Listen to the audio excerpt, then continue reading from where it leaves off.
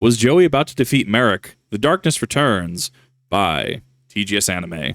Joey vs. Marik is considered one of the greatest underdog duels in the history of Yu-Gi-Oh! Duels. Albeit also one with the most upsetting ending. Yeah. Joey, no! Oh no!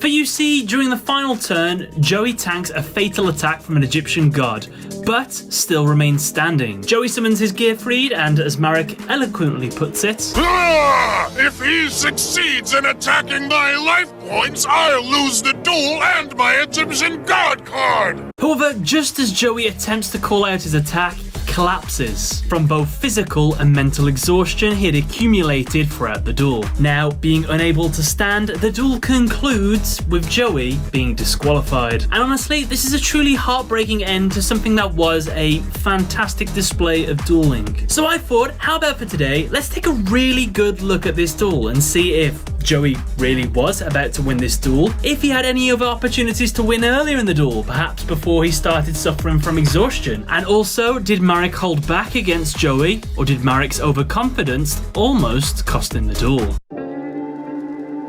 I vaguely remember this because I went through and I watched Battle City within the past year. I think that Marik did play pretty aggressive, but I would have to honestly go through this, and hence why we're going through this, to remember how this duel went. Because, like, Joey did, if he was able to keep standing at the end, would have won. Like, it was such a nail-biting finale. I actually really love this duel. Now, if you've never watched this duel before, there is one important thing you need to know, and that is the reason why Joey collapsed in the context of the episode. You see, Marik decided to spice up the duel by making it into a shadow duel. The rules? A tether would bond a duelist's soul to his monster's soul, with the caveat being that every time one was destroyed or harmed, the wielder would feel the exact same thing that their monster did. For example, if a monster is electrocuted, well, so is the owner. Or if a monster is killed, feels the exact same pain that monster felt moments before its death. And honestly, that's all you need to know. We know the stakes now. Let's look at the duel. You have to remember, as far as I'm aware, Joey's kind of like the I almost said player, like we're playing a game. It's kind of like the viewer self-insert, right? He's kind of the dude that comes in, especially in Duelist Kingdom, where he doesn't really know how to play. He's learning the game, right? And he'll have some things, and he'll pull some jank combos off, such as Thousand Dragon, right? He'll pull off some stuff, but like ultimately, he's kind of just been that step behind. It's also kind of like, to be fair, he got a lot on his own. Well, he got really far on his own skill and merit, all things considered. It's hard to go against, quite literally, the Titans, like the S-tier characters, right? Like Marik with his just sadistic deck, his Winged Dragon of Ra, which has 20 different effects effectively. Kaiba with just overwhelming aggression, being able to do multiple blue eyes, Kabbalist the Tormentor, like, man is just aggressive, right? And then Yugi, Yugi's Yugi, let's put it that way.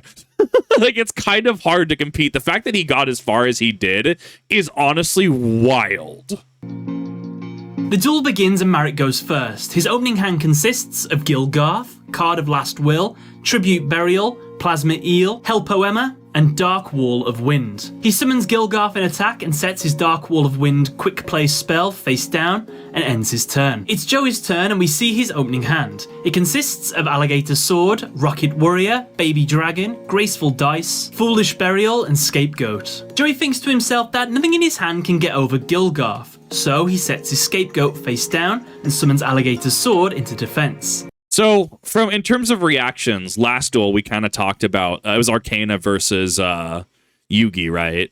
And I want you to think in context of plays done in this duel, because this is like the end of the Battle City arc, right? I think this is technically in Season 4, right? Because Season 3 was Virtual World, Season 4, at least part of it was Waking the Dragons, or not Waking the Dragons, the whole Great Leviathan arc, right? And then we get into the finale of Battle City. So, like, this is the finale of Battle City. Notice how the plays are going to be more powerful. Notice how there's going to be more optimal plays. Notice the power level, right? What, Gilgarth is, 1,800, if I understood that correctly? I'd have to double... I'm trying to go back and see if I can't find it. But still, pretty big dude, right? Compared to, like, some of the earlier stuff, and that's power creep in its full glory. You're gonna want your finale to feel like it means something, right? Like in your finale, you're not necessarily that you're just gonna Lord of D shotgun multiple blue eyes on turn 1 without some sort of relevant response, right? Like you're still easing your audience in, right? Gilgarth into a summon, right? But it's like you'll notice that there's going to be a change as this is later on in this arc. Plays will just be better. Quality of monster will just be better. First move off the bat, this could be considered a misplay already by Joey, as had he summoned his Rocket Warrior instead, he could have attacked and reduced the attack of Gilgarth to 1300, making it weak enough that on his next turn, he would be able to destroy it. Sure. Perhaps he was saving this monster for a more threatening one later in the duel. However, I'm going to let you in on a little secret about this duel. Joey is going to play extremely cautious in this duel. Yeah. So much so, it's actually going to hinder his dueling ability quite a lot. We'll talk about it more as it happens, but keep in mind that Joey is going to be a bit frightened to duel in this duel. But let's be... I mean, that's going to be a meta thing, though. Like, that, like on a meta level, like if you're playing in a high-tier tournament, let's say you're playing at, say, I don't know, even just a regionals, right? Like... sometimes you will just go in, or even going to video games, right? Let's say you're playing in, I don't know, like Halo, Onyx level lobbies, right? Or you're playing top 500 Overwatch, Marvel Rivals, etc., right? Like, at a certain point, you just kind of have to play the game in a different way, or you have to expect different things, and you can even get in your own head a little bit, right? Especially when you're playing in a tournament setting, right? Like if I was to go play Pokemon VGC, or I was to go sit and play at, say, I don't know, like a Yu-Gi-Oh! Regionals and stuff, right? Not even talking about Worlds, right? Like, not only are you having to play optimally, but you're having to play optimally over the course of several hours, if not multiple days, and that can be a very taxing experience. So, as a, player coming into this and dueling against effectively a titan of the series, it makes a little sense that, there's going to be a little bit of that aversion, apprehension, a little bit of that the caution, if you will. Fair to Joey's credit, this is the big bad Yami Marik, so you almost can't fault him for being afraid of every set card he plays. Regardless, Joey ends his turn here. Oh, and by the way, in case you were thinking it, Graceful Dice in the anime can only be used on monsters with less than 500 attack. So Graceful Dice couldn't be used here to get over Gilgarth, just in case you were wondering. Fair. It's back to Marik, and it's here that the duel enters the Shadow Realm. Marik draws Drulago, which he immediately summons and uses to destroy Alligator's sword. Here, Joey receives the first shadow damage of the duel, which we're going to jot down as being drilled to death. Not a very nice way to go. Following this, Marik attempts to attack directly. However, Joey plays Scapegoat, creating 4 tokens as a line of defense. Marik destroys 1, however, since he wasn't technically a monster, Joey receives no punishment. Marik ends his turn. It's Joey's turn and he draws Panther Warrior. He summons it to the field and enters his battle phase. However, in order to attack with Panther Warrior, he first has to sacrifice one of his tokens. He does this and attacks Gilgarth. It is destroyed and he inflicts both life point and shadow damage to Marik. However, since Marik is a little bit of a masochist, we're not going to talk about Marik taking shadow damage anymore, because 1, it doesn't really affect him that much. It does a little, but nowhere near as much as Joey, and 2, I think he kind of likes it. It's Marik's turn, and he draws Hidden Soldiers. He plays Tribute Burial to remove from play Alligator's Sword from Joey's grave and Gilgarth from his own to normal summon Hell Poema without a sacrifice. Marik ends by setting Hidden Soldiers. But wait a minute, this is a massive red flag in the duel. As Yugioh on the sidelines correctly states, "Why didn't Marik attack? He must be up to something." Why, pray tell, didn't Marik destroy Joey's 2 Scapegoat tokens with his Hell Poema and Drulago? Or why didn't he do the more superior play of crashing his Hell Poema into Panther Warrior and then destroying a token? Well, it appears that the only reason that Marik did this, and is going to keep doing things like this for the rest of the duel, is because he has such little faith in Joey's dueling ability that he plans to win not through dueling. He wants to beat Joey in the most soul-crushing and traumatic way possible, by constantly wearing him down throughout the duel, by destroying as many of his monsters as possible in the worst ways he can possibly manage to do. To Marik, Joey is such a non-character. To him, he is not a threat in any sense of the word. There is no way, in Marik's mind, Joey could ever beat him in a duel. And through this way, he wants to end the duel with Joey simply losing the duel from death. However, ultimately, this is where Marik miscalculated. It's Joey's turn and he draws Jinzo. Joey is suspicious of Marik's Hell Poema and thinks if he summons Jinzo to attack it, he'll lose one of his best cards. So instead he summons Rocket Warrior. However, this was completely the wrong move and a classic case of overthinking a situation, as when Rocket Warrior is summoned, Marik plays his trap, Hidden Soldiers, to special summon Plasma Eel from his hand. Plasma Eel equips itself onto Panther Warrior, reducing its attack by 500, and in the process also electrocutes Joey simultaneously. Joey then uses Rocket Warrior to attack Hell Poema, which makes all battle damage 0, but reduces the monster's attack by 500. Joey then tributes a sheep token to allow Panther Warrior to attack the weakened Hell Poema. The attack is successful. However, Hell Poema's effect kicks in. Now, for as long as it remains in the graveyard, Joey must discard a random card at the end of every one of his battle phases. And since Joey's battle phase ends, Jinzo is sent to the grave. Two quick things to mention here. One, I'm sure you all realised it, but had Joey just summoned Jinzo here, then all of these problems that he's just run into would not be an issue. I'm trying to remember what the interaction between a spell speed 3 such as Solemn Judgment, how does that interact with Jinzo? Because isn't there a brief window of time where you can respond to the summon without the thing actually... let me see if I can't actually find it. I'm pretty sure there was a brief window of time in which you could actually do that. Jinzo versus Solemn. Let's go to Reddit. If Jinzo is tribute summon, then you'd be able to Solemn Judgment to negate its summon, as Jinzo is yet to be on the field to summon is negated. Right, exactly. Summon through the effect of a card like Monster Gate and Reasoning. Solemn Judgment cannot negate that, even if the card was a vanilla monster. Solemn Judgment is only capable... Well, that's a Solemn Judgment is. Cannot negate that, even if the card was a vanilla monster. Summons by an effect. It's because it was summoned by an effect and not tribute summoned. Okay, so you would have to have the right actual card to deal with it. But there is a summon response window in which, and we're hypothetically saying like there's a Solemn Judgment on board, right? Or something that can negate the summon. Yes, there is a window in which the summon itself could be negated. Negating the summon itself means that the thing never hit the board to begin with. So, sure. I mean, if we're talking like fears in going into a play like that, yeah. But also at the same time, like, your opponent, especially in this era of the game, still does take... I mean, they still take massive damage, right? And I'm sure that even if this was something like Solemn, this would have massively, like, changed the outcome of the duel, damage, etc. Like, I think the optimal play here, yeah, would be going Jinzo, because at minimum, unless they have a response to negate your summon, they can't Sakuretsu Armor you. They can't Mirror Force you. They can't activate... Does Jinzo activate? No. Hold up. Oh, I'm so sorry. I am kind of weird. I'm kind of surprised I don't remember Jinzo's actual effect because I literally run it in my branded sideboard.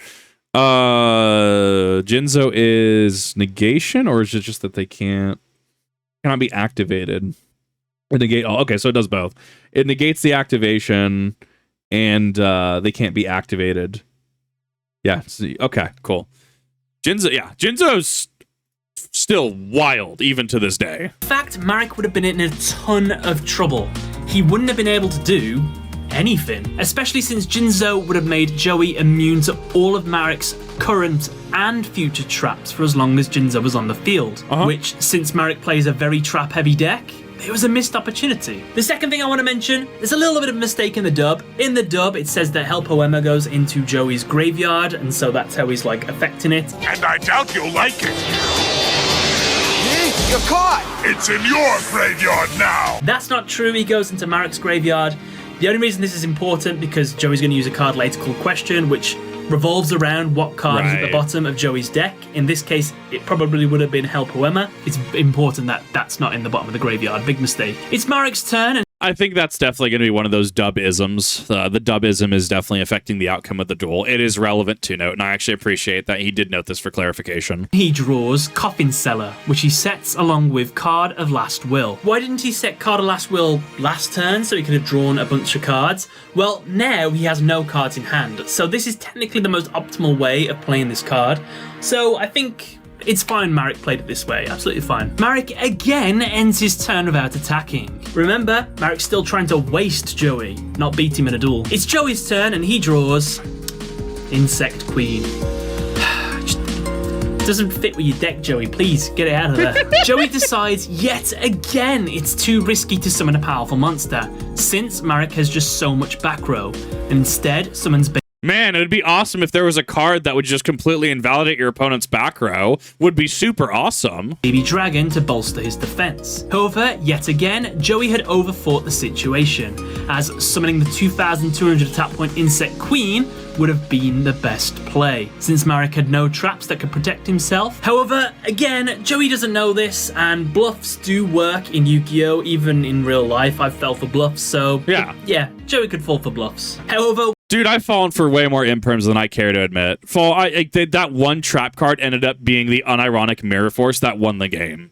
Like, you have to, like, at a certain point, you kind of have to test the waters, and you have to be like, okay, but is this actually something that I can deal with, right? Especially in a controlled environment, right? Like, okay, all other monsters in defense position. Sure, going to swing with this. Nothing? Okay, sure. Swing again? Nothing? Sure, okay. But, like, then your opponent's put into the situation, and you're playing mind games with them. Do they activate the Mirror Force? Let's say you've, I don't know, like Bujinte Susanoo on board, right? Oh, I actually need to pick up Bujins. Thanks for reminding me, chat. I need to pick those up again. I'm pretty sure they're cheap now. I remember when Yamatos were way too expensive.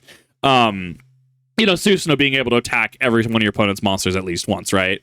So let's say you have something like that, but everything else is in defense, right? And then does your opponent lose value by dropping, by flipping up the Mirror Force? And then, sure, then it destroys your Susanoo, but now you have 4 other, guys in defense mode that you can just, turn sideways and crash next turn, right? Sure. And then it comes down to a cost-benefit analysis versus, sure, you have everyone in face-up attack position, and then Bujinte Susanoo is going to swing, right? Then naturally, then they're going to flip up the Mirror Force, and they're just going to blow out your board.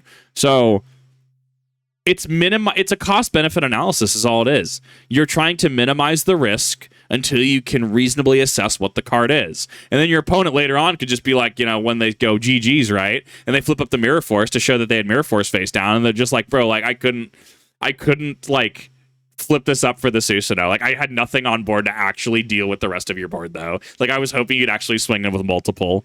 So, I mean, you run into situations like that where... Yeah, this does coincide with TGS Anime's solution, right? Or his resolution on this topic of, like, Joey didn't know.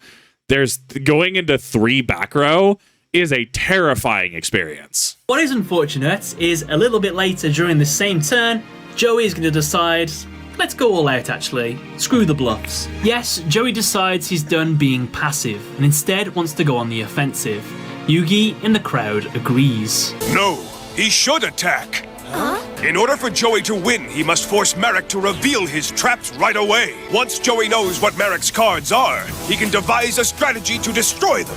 Rocket Warrior attacks Drillago to reduce his attack, but Marik activates his trap, Card of Last Will, which lets him draw 5 cards when one of his monster's attack points are altered. The cards Marik draws are Legendary Fiend, Premature Burial, Relieve Monster, Nightmare Mirror, and the Winged Dragon of Ra. Joey tributes his last sheep token so Panther Warrior can attack and destroy Drillago. The attack is successful, but Marik activates his Coffin Cellar trap, making it so every time a monster card goes to Joey's grave, he takes 300 damage. Joey's battle phase ends and Hell Poema forces Joey to discard Insect Queen. Then, at the end phase, Plasma Eel reduces Panther Warrior's attack further by 500, and also electrocutes Joey again. It's Marik's turn and he draws Nightmare Wheel. He sets it face down, then activates Premature Burial at the cost of 800 life points. I will say I agree with him on the standpoint alone that Plasma Eel being equipped to Panther Warrior, that should have been an immediate tribute summon. Because at that point, you are removing your opponent's ability to continue to profit off of the attachment. At least that's in my opinion. It's also very poetic as well. Turn after turn, going into...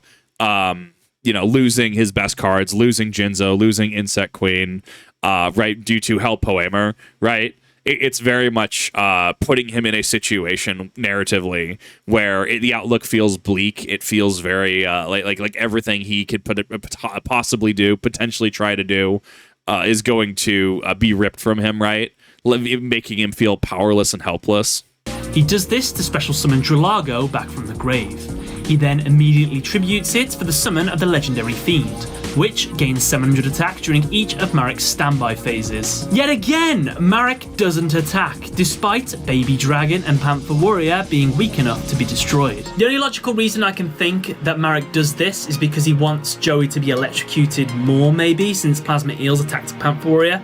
That's a best guess, but he's just being cocky, basically. It's Joey's turn and he draws Little Wingard. As Joey attempts to summon it, Marik plays Nightmare Wheel, targeting Rocket Warrior, locking it in place and making it unable to attack or use its effects, making it so that Joey also takes 500 damage during each of Marik's standby phases. It's very much a death by 1,000 cuts kind of thing, right? Like this makes sense as to why he's not attacking. He wants to burn him out. And of course, on top of that, Joey will feel the same pain the monster does. Joey again attempts to summon his Little Wingard in defense. He then switches Panther Warrior to defense, and with no other options, he ends his turn. However, since Joey didn't enter his battle phase, he isn't forced to discard a card, which would have either been his Graceful Dice or Foolish Burial. However, Plasma Eel's effect still kicks in, reducing Panther Warrior's attack more and electrocuting Joey for the third time. It's Marik's turn and he draws Malevolent Catastrophe. Since it's his standby phase, Nightmare Wheel inflicts 500 damage and Joey is inflicted with a Torture Wheel's pain. On top of this, Legendary Fiend gains 700 attack from its effect. And it is here that Marik decides, you know what?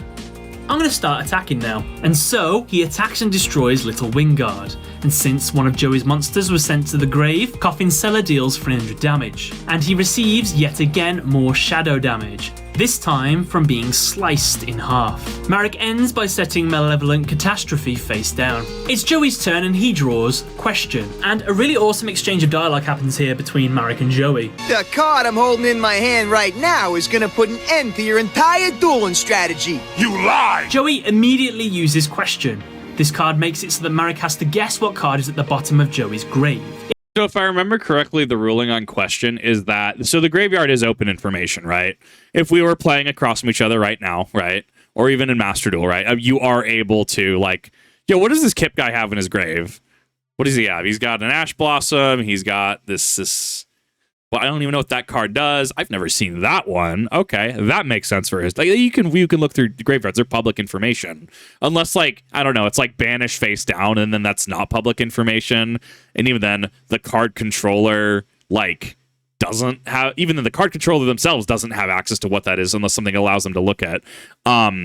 Once Question has been activated, the graveyard is no longer public information until it resolves, which is good to know for ruling. It's also very trolly. You want a good troll deck? Things like Question.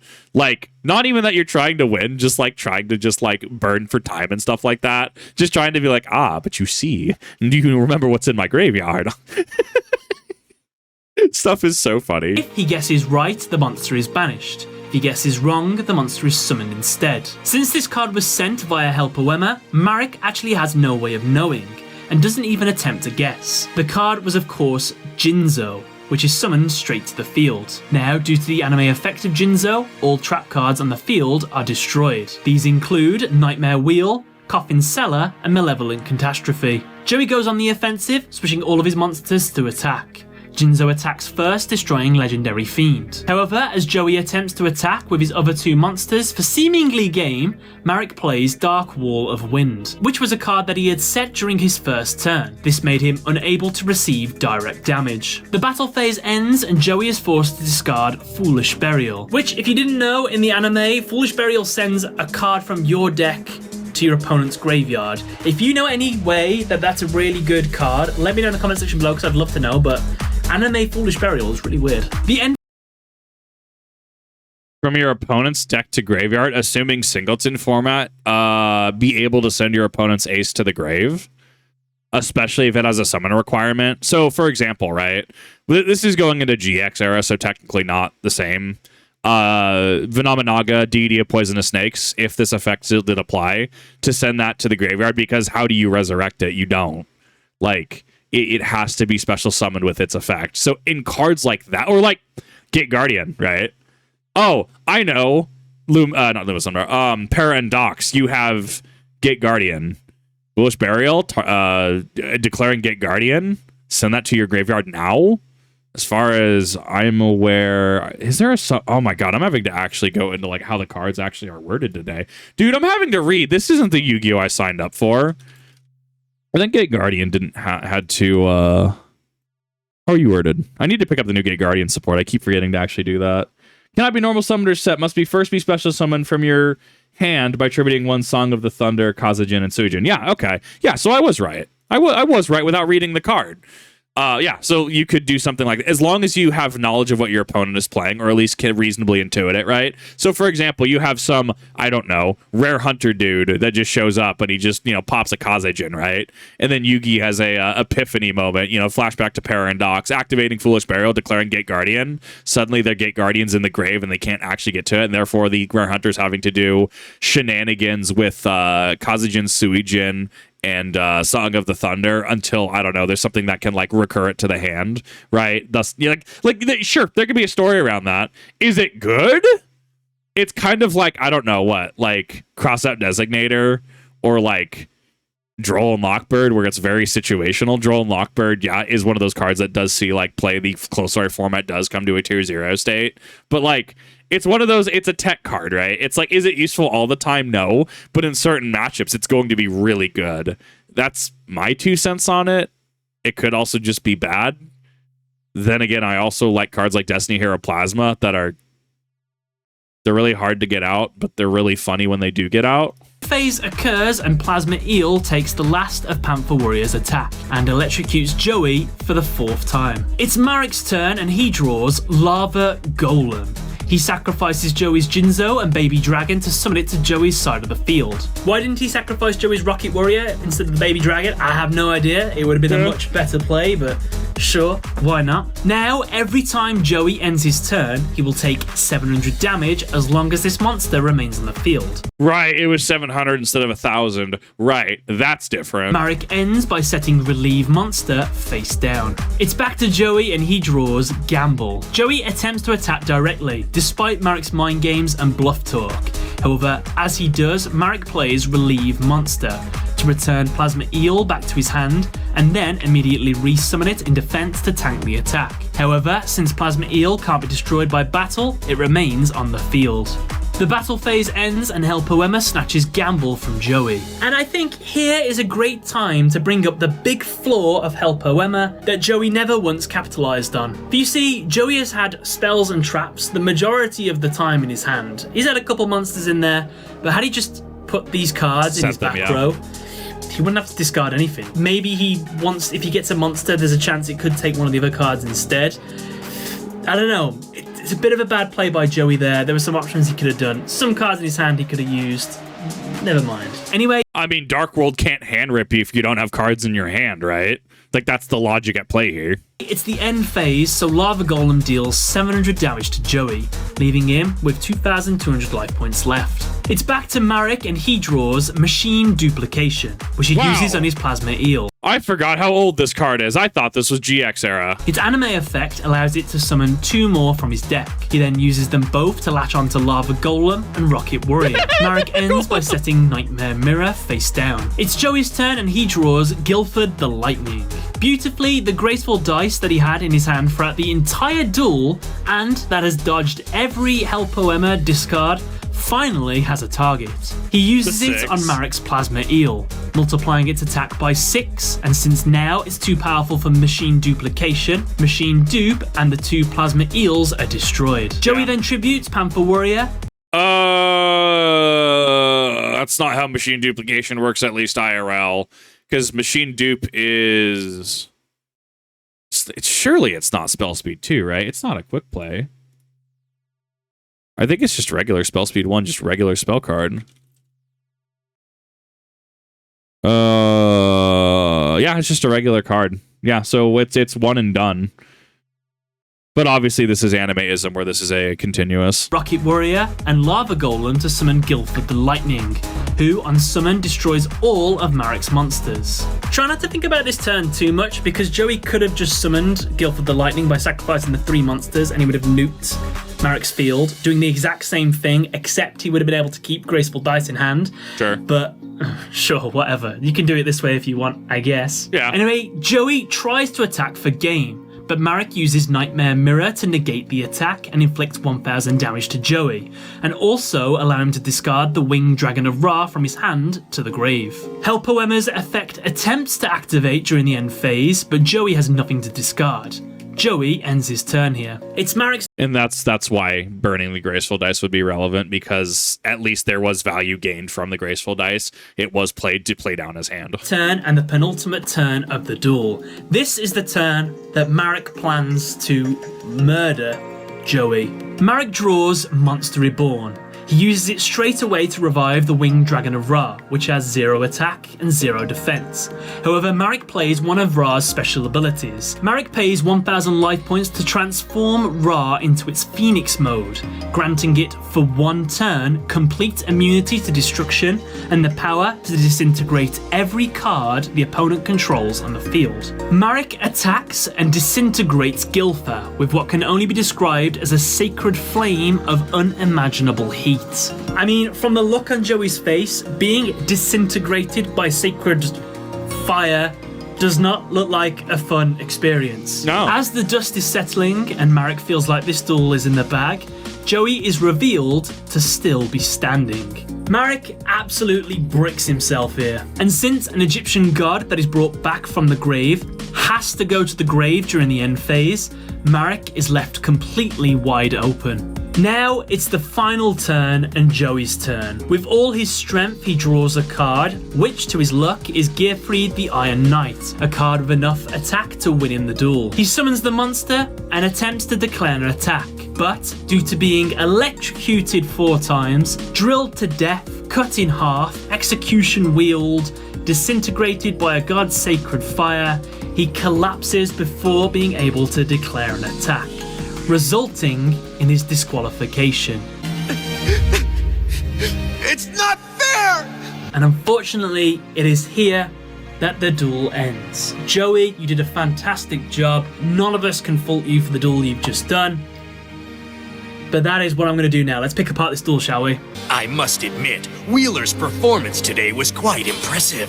I mean, imagine if you know the people that do like Dark Souls and like every death they get, they do like 10 push-ups or whatever. So imagine like, I don't know, every time a monster gets destroyed, you have to do like 50 burpees, right? Now, obviously, we're not going to get to the same level of like physical exhaustion and exertion here, right? But like, just imagine that, right? You know, you're I'm dropping my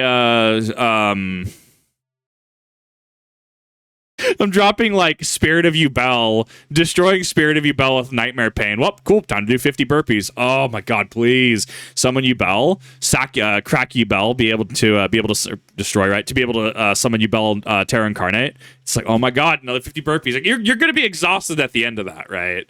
Like reasonably so. Joey held in there for a hot minute. Perhaps he's not the third-rate amateur I thought he was. In all honesty, I feel like we've covered the bulk of the misplays of both sides from both duelists. For example, on Marik's side of the field, what mistakes was he making? Well, basically he was holding back the entire duel. Marik was so focused on toying and playing with Joey and trying to get an end where Joey simply just dies from exhaustion that he didn't focus on the duel, and because of that his dueling suffered, and in the end it almost cost him the entire duel. So the question becomes for Marik, had he tried, could he have beat Joey?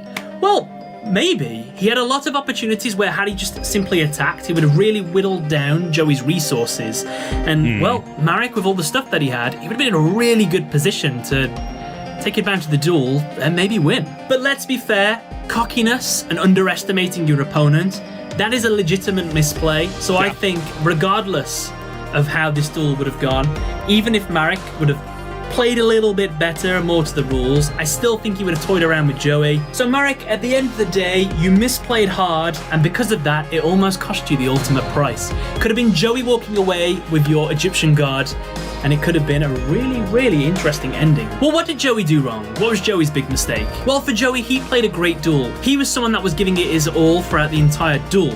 However, he played very much not like his normal self. He played very hesitant. And the reason that he did this is because, well, he's playing against Marik, the main villain and someone that has already took down Mai. So he's going to be a bit afraid of everything that Marik has. Every face down card, it must be something really devastating. This is the big bad of the series. So it's completely understandable that Joey would play a little bit reserved throughout this duel. And honestly, that's what cost him the duel in this sense. Had he got his Jinzo out straight away, duel could have been different. Had he got his Insect Queen out? Had he summoned his Rocket Warrior a little bit earlier? Who knows? Possibly, he could have won this duel. In fact, even outside of just summoning some big monsters, had Joey simply attacked in situations where Marik just had some face-down bluffs, could have been better. So, to wrap up, had Marik actually tried his hardest and dueled, in my opinion, I think he might have won. However, as we already know, the way that Marik actually did play against Joey, Joey was, for all intents and purposes, the real winner of this duel and would have been the winner. There's no ifs, there's no buts. At the end of this duel, had Joey attacked, he would have won. And not only would he have gone to the finals, but he would also be the new wielder of the Winged Dragon of Ra. And with that, guys, I hope you enjoyed this video. That was a duel analysis of Marik versus Joey. Let me know what you thought in the comment section below. Yeah, I hope you all enjoyed it. It was a lot of fun to make. So, yeah, thanks for watching, guys. Catch you later. I think it was a very good faith discussion in regards to it. Like, reasonably, like, Joey won. With all, for all intents, but even happening as it did on screen, right? With you know, players misplaying, Joey won. It came down to literal physical exhaustion was what cost him it, right? Because, like, I mean, for all intents and purposes, Gearfried, the Iron Knight, was on board. Gearfried was literally in the process of attacking. But hypothetically, even then, we can go down to if your opponent attacks you with Victory Dragon for game, and is maybe in, you know, has already declared attack, you can still, you know, you can still concede the duel. And that's where Rolling Nightmares happen with things like, but I was literally attacking with Victory Dragon for game, and that would have won me the match. That would have won me the 2 out of 3. Okay, but your opponent literally conceded the duel 5-head. Like, that's how the mechanic works. You can in any way, shape, or form, any time, for any reason, just say, nah, I don't want to continue this duel anymore.